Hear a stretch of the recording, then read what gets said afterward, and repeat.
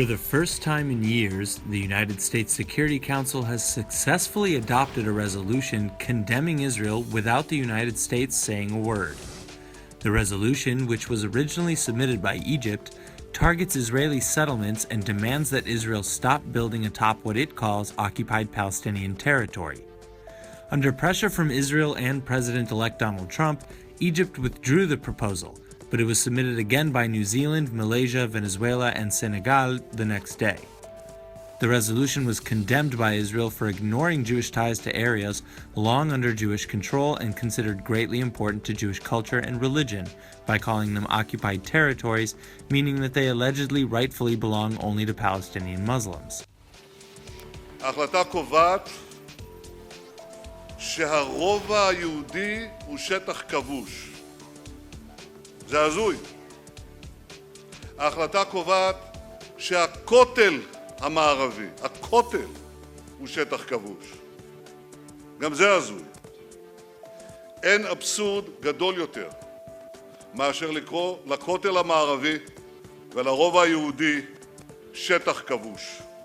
The Obama administration's decision both to remain silent and refrain from utilizing its veto power at the UNSC vote marks the first time in decades that Israel was not defended by the United States from clearly biased language, a move that many see as Obama's true colors coming out in his last days of office. 500,000 בני אדם נטבחים בסוריה. רבבות נשחטים בסודאן. המזרח התיכון כולו עולה בלהבות. וממשל אובמה ומועצת הביטחון בוחרים להיטפל דווקא לדמוקרטיה היחידה במזרח התיכון, מדינת ישראל. איזו בושה. Who gave you the right to issue such a decree, denying our eternal rights in Jerusalem? Would this council have had the nerve to condemn your country for building homes in your capital? Prime Minister Benjamin Netanyahu expressed how the silver lining, at least, is that he received support from congressmen in the United States from across the political spectrum. The congressman vowed to take punitive actions against the United Nations. He continued to say that the United States wasn't the only country capable of serving out a punishment.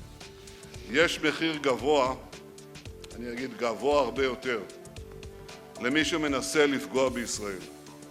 והמחיר ייגבה לא רק על ידי ארצות הברית, אלא גם על ידי ישראל. שתי מדינות שיש לנו יחסים דיפלומטיים איתן, היו שותפות להגשת ההצעה נגדנו באו"ם.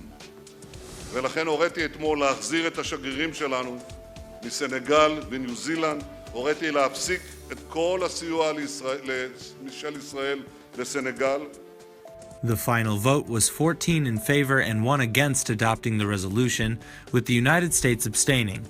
President-elect Donald Trump called on the Obama White House to veto the resolution, and after the results tweeted, quote, "Things will be different after January 20th. On the eve of the first night of Hanukkah, Israel's UN ambassador Dani Danon likened the struggle against the United Nations bias to the same issues that the Jewish people have been fighting since the days of the Maccabees. We overcame those decrees during the time of the Maccabees, and we will overcome this evil decree today. We have full confidence in the justice of our cause and in the righteousness of our path.